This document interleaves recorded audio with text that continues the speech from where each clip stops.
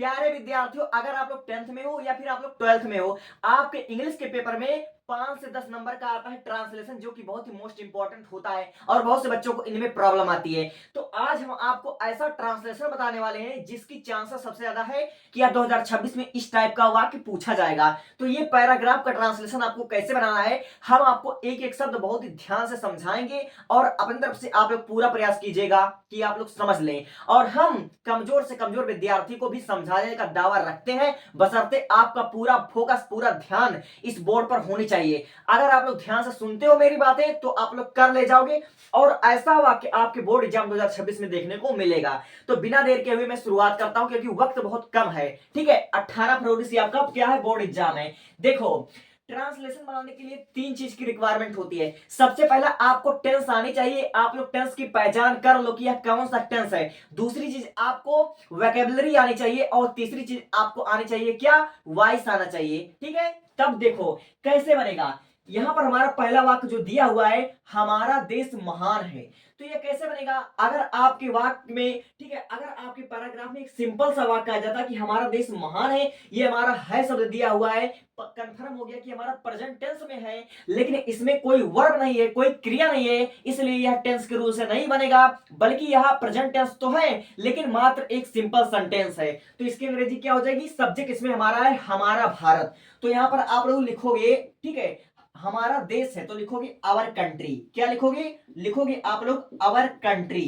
क्या है, महान है, तो यहां पर लिखोगे इज ग्रेट। यहां पर आप लोग लिखोगे क्या, ग्रेट लिखोगे। अब देखो, शताब्दियों तक हमारा इतिहास गौरवपूर्ण रहा है। अब यहां पर देखो, बच्चे बहुत से क्या करते हैं कि टेंस नहीं पहचान पाते हैं।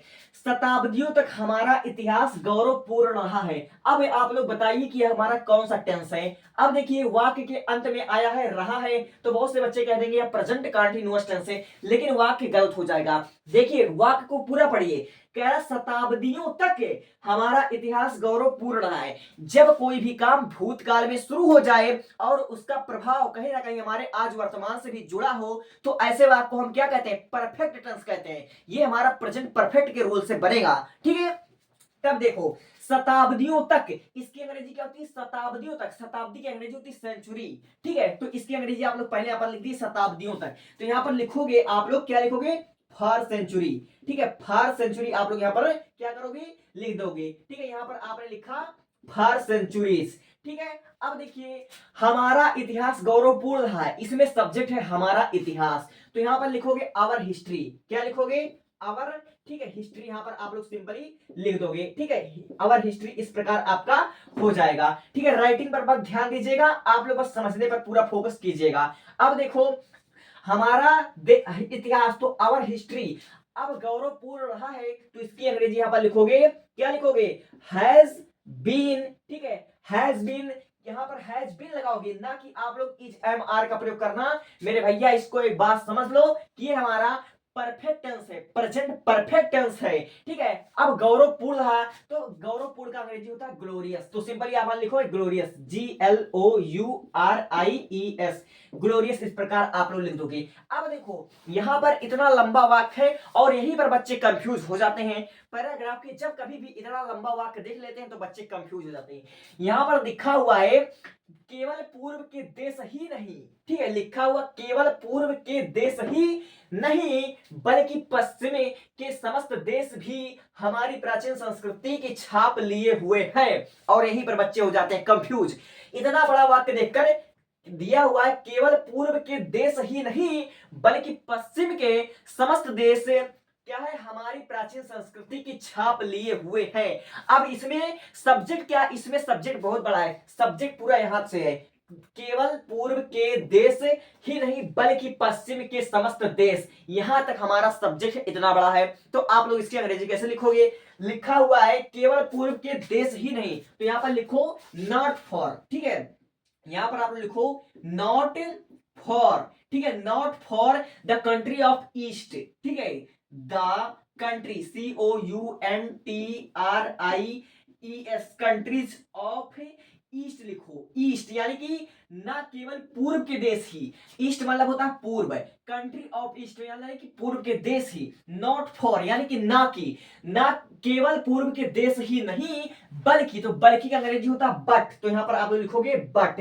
ठीक है, देखो पश्चिम के समस्त देश, पश्चिम के समस्त देश, तो यहां पर लिखोगे ऑल कंट्री ऑफ वेस्टर्न लिखोगे यानी कि पश्चिमी देश। ठीक है, यहां पर लिखोगे ऑल, ठीक है, all country, COUNTRY, country of western मतलब होता है पश्चिमी। ठीक है, यहां पर आप लोग लिख दोगे वेस्टर्न, आप लोग यहां पर सिंपल लिख दोगे यानी कि पश्चिमी के समस्त देश भी हमारी संस्कृति, हमारी प्राचीन संस्कृति की छाप लिए हुए हैं। अब यहीं पर बच्चे कंफ्यूज हो जाएंगे कि छाप लिए हुए हैं इसकी अंग्रेजी क्या होगा।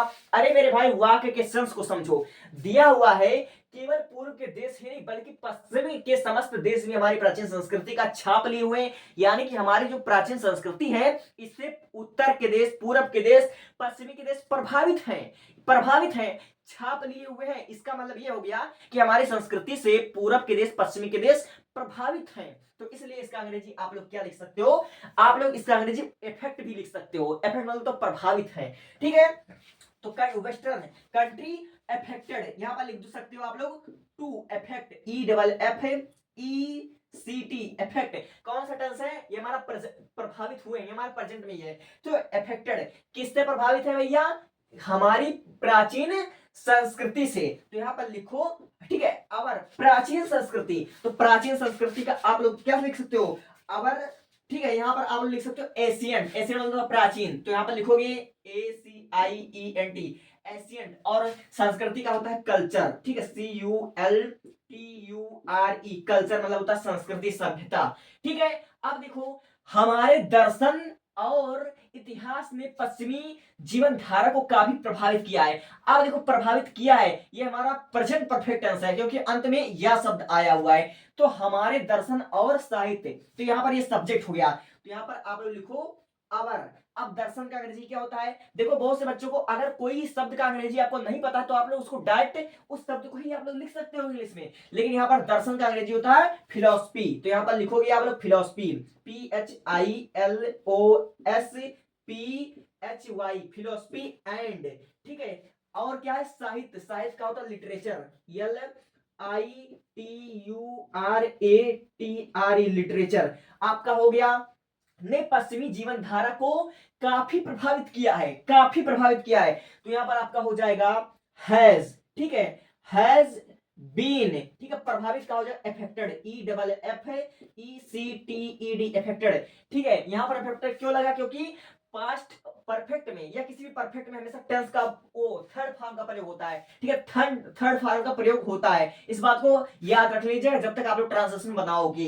ठीक है, पश्चिमी जीवन धारा को तो आप लोग लिख सकते हो वेस्टर्न लाइफ स्टाइल। ठीक है, WESTERN, वेस्टर्न लाइफ आप लोग लिख सकते हो या लाइफ स्टाइल लिख दो, चाहे जो बन जाएगा।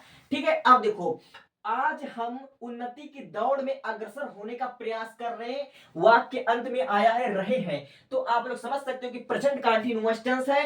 कक्षा 12 के बच्चे को, कक्षा 10 के बच्चे को इतना तो पता होनी चाहिए टेंस क्या होता है। ठीक है, इतना आप लोग समझदार हो, अगर नहीं समझदार हो तो प्लेलिस्ट दिया हुआ है, आप लोग वहां पर बेसिक से बेसिक आप लोग समझ सकते हो और मात्र 6-7 मिनट में आप लोग समझोगे, बहुत ही शॉर्ट में मैंने बताया है। ये तो मैं आज वहां पर आ गया, तो देखो कैसे बनेगा, आज हम उन्नति की दौड़ में अग्रसर होने का प्रयास कर रहे हैं, तो आज का अंग्रेजी आप लोग या तो पहले लिख दोगे बाद में लिख दो, यहां लिखोगे टुडे, यहां पर क्या लिखोगे टुडे, टुडे लिख दोगे। हम उन्नति की दौड़ में अग्रसर होने का प्रयास कर रहे हैं, तो इसमें सब्जेक्ट है हम, तो यहां पर लिखोगे वी, प्रयास कर रहे हैं तो आज लिखोगे वी आर। ठीक है, ट्राइंग, प्रयास कर रहे हैं, TRYING, ट्राइंग।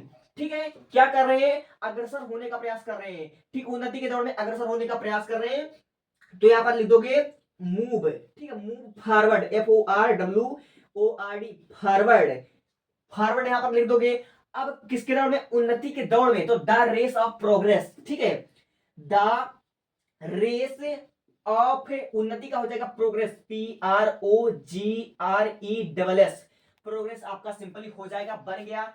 अब देखिए आगे हम सबका कर्तव्य है, देखिए यहां पर लिखा हुआ है, ये हम लिखा हुआ, आप उसको समझ लीजिएगा, हम सबका कर्तव्य है अगर केवल इस प्रकार दिया होता कि हमारा कर्तव्य है तो लिख देते इट इज अवर ड्यूटी, लेकिन दिया हुआ हम सब का कर्तव्य है, तो हम का अंग्रेजी होता है अस, लेकिन हम सब का अंग्रेजी तो लिखोगे ऑल ऑफ अस, ये होगा सब्जेक्ट। ठीक है, तो यहाँ पर इट का प्रयोग छुपा हुआ है। ठीक है, तो यहाँ पर लिखोगे इट, क्या लिखोगे, इट इज।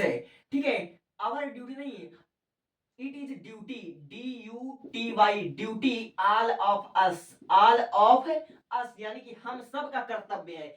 राइटिंग पर मत जाना, समझने पर फोकस कर देना। ठीक है, कि हम देश की सेवा में सब कुछ निछावर कर दें, निछावर कर दें। तो देखो यहां पर की अंग्रेजी आप लोग दैट नहीं लगाओगे, यहां पर आप लोग टू लगा सकते हो, तो टू लगाने से आपका वो हो जाएगा, सेंस अच्छा जाएगा।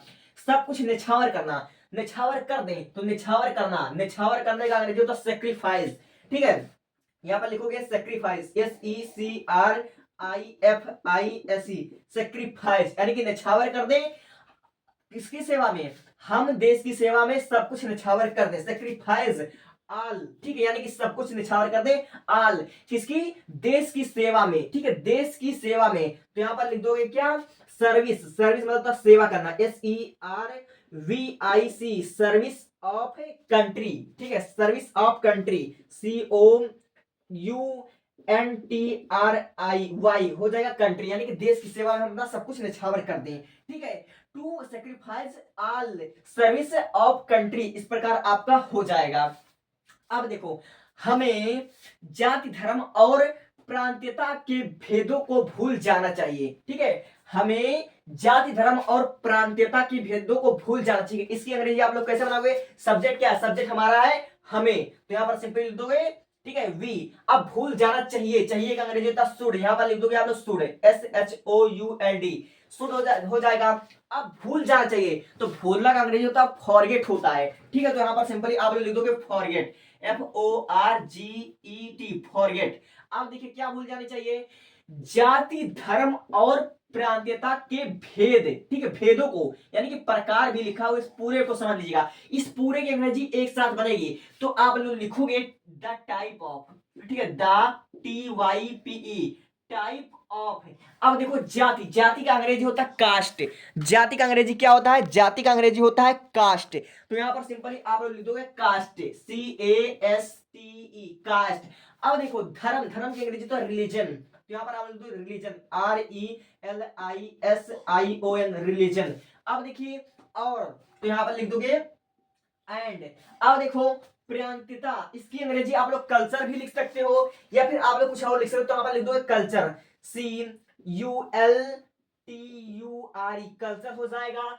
ठीक है, भेदों को भूल जाना चाहिए, ये हमारा हो गया। हमें याद रखना चाहिए, हमें याद रखना चाहिए, तो यहां पर लिखोगे वी शुड। ठीक है, VSHOULD, वी शुड याद रखने का होता है remember, REMEMBER, we should remember, हमें याद रखना चाहिए। यहां पर देखो की अंग्रेजी आपका हो जाएगा दैट, तो सिंपली आप लिख दोगे दैट। ठीक है, क्या रखनी चाहिए भाई, यदि हमारे देश की उन्नति होगी। अब देखो होगी, ये हमारा किसमें है, ये हमारा फ्यूचर टेंस में है, तो यहां पर आप लोग लिखोगे इफ, इफ मतलब होता है यदि हमारे देश की उन्नति होगी, तो यहां पर लिखोगे our country, OUR, our COUNTRY, country will. ठीक है, विल, यहां पर देखो उन्नति होने का, या तो आप प्रोग्रेस लिख सकते हो या फिर आप डेवलप लिख सकते हो, कुछ भी लिख सकते हो, यहां पर लिखोगे प्रोग्रेस, PROGRESS, प्रोग्रेस। यहां पर हमारा सब्जेक्ट क्या है, हमारा देश, यदि हमारे देश की उन्नति होगी, if our country will develop है, तो हमारा भविष्य भी शानदार होगा। और हाँ एक बात और, कभी भी इफ के साथ देन का प्रयोग नहीं करते, यानी कि अगर आपने यदि की अंग्रेजी लिखा तो आप लोग तो की अंग्रेजी ना लिखो तो भी चल जाएगा। ठीक है, तो हमारा भविष्य भी शानदार होगा, तो हमारा भविष्य भी शानदार होगा, तो यहाँ पर लिखोगे आवर। ठीक है, आवर भविष्य का होता है फ्यूचर, FUTURE, फ्यूचर विल। ठीक है, और शानदार का आप लोग स्प्लिट भी लिख सकते हो, या फिर आप लोग क्या लिख सकते हो, ब्राइट भी लिख सकते हो। ठीक है, ब्राइट, BRIGHT, BRIGHT ब्राइट आप लोग यहाँ पर लिख दोगे। तो आई होप कि आपको ये वीडियो बहुत अच्छा लगा होगा। और इससे भी पहले, ये तो मैं बहुत रात को वीडियो बना रहा हूँ, हो सकता है कि मेरा एनर्जी लेवल या जल्दबाजी में मैंने कर दिया हो, लेकिन इससे पहले और 7 वीडियो मैंने ऐसी बना रखी है जो कि आपको 2026 में उससे रिलेटेड वही टॉपिक आपको देखने को मिल जाएगा बोर्ड एग्जाम में। और हाँ, ट्रांसलेशन की प्रैक्टिस करने से आप लोग बहुत अच्छा परफॉर्म करोगे बोर्ड एग्जाम में।